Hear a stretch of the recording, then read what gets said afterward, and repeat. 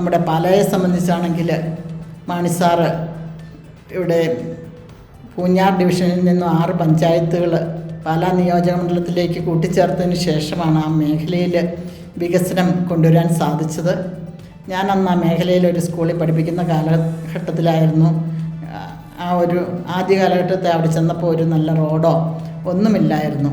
അതിനുശേഷം മാണിസാറ് വന്ന സമയത്താണ് ആ ഒരു ടൂറിസം ആ മേഖലയെ സംബന്ധിച്ചിടത്തോളം വളരെ നല്ല രീതിയിൽ പ്രവർത്തനങ്ങളുണ്ടായത്. റോഡുകൾ, ടൂറിസ്റ്റ് പ്ലേസുകൾ, ഇലവീഴ, പൂഞ്ചിറ, ഇല്ലിക്കക്കല്ല് എന്നിവിടങ്ങളിലേക്കുള്ള റോഡുകളൊക്കെ വളരെ നന്നാക്കി അവിടെ ഒരു വലിയ തടാകം തന്നെ ഇലവീഴ, പൂഞ്ചിറയിലുണ്ടാക്കുകയും ആൾക്കാരെല്ലാവരും അങ്ങോട്ട് വരികയൊക്കെ ചെയ്ത ഒരു കാലഘട്ടം അത് നമുക്ക് മറക്കാൻ സാധിക്കുകയില്ല.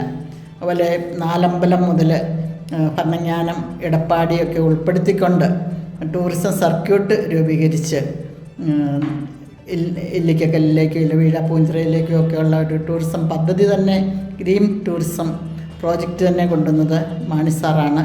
അതിനുശേഷം ഇന്ന് ജോസ് കെ മാണിസാറും അതിൻ്റെ കൂടെ നിന്നുകൊണ്ട് നമുക്കറിയാം വളരെ വിവാദമായ ഒരു വിഷയമാണ് കടവുപുഴ പാലം നിർമ്മാണം. ഈ 7 വർഷക്കാലമായിട്ട് അല്ലെങ്കിൽ പ്രളയത്തിന് ശേഷം അവിടെ പാലം ഒഴുകിപ്പോയതിന് 5 വർഷത്തോളം കാത്തിരിക്കേണ്ടി വന്നു ഇന്നതിൻ്റെ ഒരു നിർമ്മാണത്തിനുള്ള അംഗീകാരം മേടിച്ചെടുക്കുവാൻ. അതും ശ്രീ ജോസ് കെ മാണി MP അദ്ദേഹത്തിൻ്റെ ശ്രമഫലമായിട്ടാണ് ഇന്നത് നേടിയെടുക്കാൻ സാധിച്ചത്. എന്നാൽ പലരും ഏതെങ്കിലും കാര്യങ്ങൾ വന്നു കഴിയുമ്പോൾ പാലായിൽ എല്ലാം നമുക്ക് സ്വന്തമാണെന്ന് പറഞ്ഞ് പലരും എത്തിക്കൊണ്ടിരിക്കുകയാണ്. പക്ഷെ അതിൻ്റെ എല്ലാ അടിസ്ഥാന ഈ LDF ഗവൺമെൻറ്റിൽ കേരള കോൺഗ്രസ് M ഉണ്ടായതും അതോടൊപ്പം തന്നെ നല്ലൊരു നേതൃത്വം ഉണ്ടായതും ഒക്കെ കൊണ്ടാണ് ഈ വികസന പ്രവർത്തനങ്ങൾ നമുക്ക് നേടിയെടുക്കാൻ സാധിച്ചത്. പാലാ സ്റ്റേഡിയത്തിൽ 7 കോടി മുടക്കി ആ സ്റ്റേഡിയം പുനർനിർമ്മിക്കാൻ സാധിക്കുന്നതും അതുകൊണ്ട് ഒക്കെ തന്നെയാണ്. നമ്മുടെ പാലാ ഗവൺമെൻറ് ഹോസ്പിറ്റലിൽ ഓങ്കോളജി ഡിപ്പാർട്ട്മെൻറ്റിന് 2,45,45,00,000 രൂപ തൻ്റെ MP ഫണ്ടിൽ നിന്ന് അനുവദിച്ചുകൊണ്ട് അവിടുത്തെ ഓങ്കോളജി വിഭാഗത്തിന് ഏറ്റവും നല്ല പ്രവർത്തനം നേടുവാനുള്ള കെട്ടിടം പണിയുന്നതിനും അതുപോലെ രാജീവ് ഗാന്ധി ഇൻസ്റ്റിറ്റ്യൂട്ട് ഫോർ ലാബിൻ്റെ പ്രവർത്തനം ഇവിടെ കൊണ്ടുവരുന്നതുമൊക്കെ ശ്രീ ജോസ് കെ മാണി മൂലമാണ്.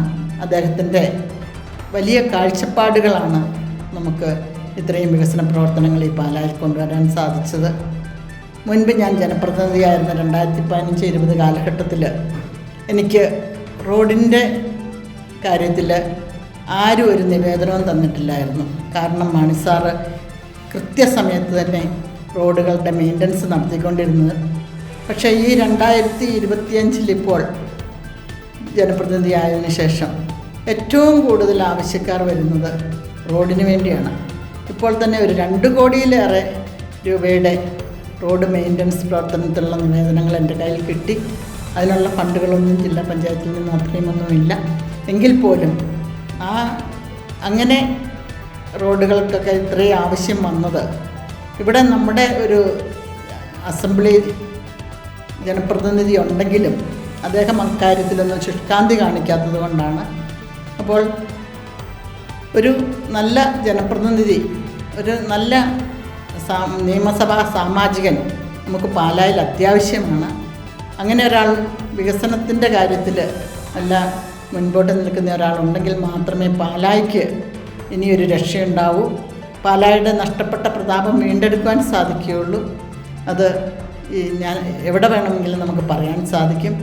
LDFൻ്റെ ഒരു തുടർഭരണവും പാലായിൽ നമ്മുടെ ഒരു വികസന നായകനായ MLAയും ഉണ്ടായാൽ അദ്ദേഹം തീർച്ചയായിട്ടും ഈ പാലായുടെ പോയ പ്രൗഢി തിരിച്ചു കൊണ്ടുവരുമെന്നാണ് എൻ്റെ വിശ്വാസം. അതിന് എല്ലാവരുടെയും സഹായ സഹകരണങ്ങൾ അഭ്യർത്ഥിക്കുകയാണ്.